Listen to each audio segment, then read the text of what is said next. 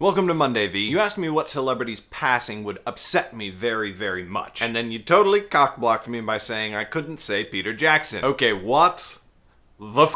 Actually, the fact of celebrities passing away doesn't matter to me as much as the manner of their passing. For example, while I love Lauren Bacall and respect her work so tremendously and think she was an amazing person and actor, I was not devastated by her death to the same degree that I was about Robin Williams. Bacall passed away from old age, natural causes. I mean, we all have a limited amount of time on this earth, and if we use it to the best of our ability and pass away someday in very old age after an amazing lifetime of accomplishment, I don't see that as sad. Because to me, sadness comes from loss, and you can only lose something if you had it or could potentially have had it. So we could have potentially had many more years, decades even, of Robin Williams' brilliance, and that's what we lost. Whereas Lauren Bacall's time just came, and there's something beautiful in that. It's when somebody dies from suicide, or a drug overdose, or Gandolfini having a heart attack way too young, or Paul Walker dying in a car crash. I long ago made peace with the fact that none of us have eternity in this world. That's totally fine. And if somebody passes away from old age at the age of 86, my response is a salute and a thank you. I feel like our video series has gotten entirely depressing. But yes, if we lost Peter Jackson tomorrow, I would be crushed.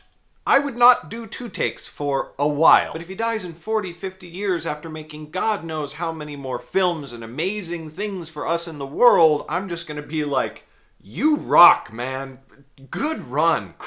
Yeah! It's an interesting thing, the concept of death and passing away and what we leave behind us. In a weird way, death is what motivates me to produce as much as I do. Already, if I get hit by a truck tomorrow, I've published 1 million words worth of books. A lot of people can't say that and wish that they could, so that's awesome. But I have, off the top of my head, in progress right now, working on them on my computer, 2 million more words. And I'm not saying I go about life on the basis that I could die like any day, like I don't think I'm gonna die tomorrow, but if I did, I want as much stuff done before that happens as I possibly can. That's one of the ways that I think that death can be a very powerful motivating factor, and unfortunately, sometimes what we get out of the death of a loved one or a major celebrity who we respected so much is motivation to make our own statement, make our own permanence in this world. Fortunately, you and I both happen to be active in the fields of filmmaking and writing, and those are the best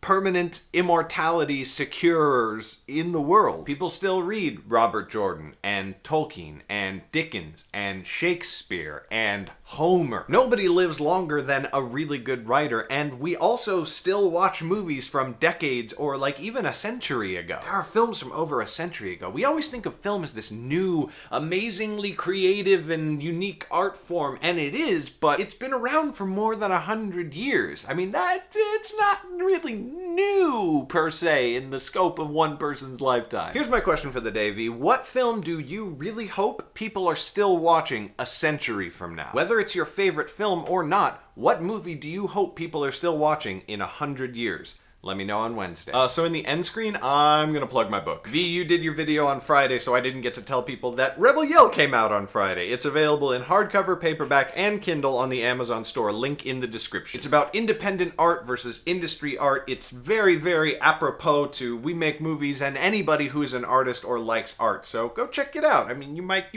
like it.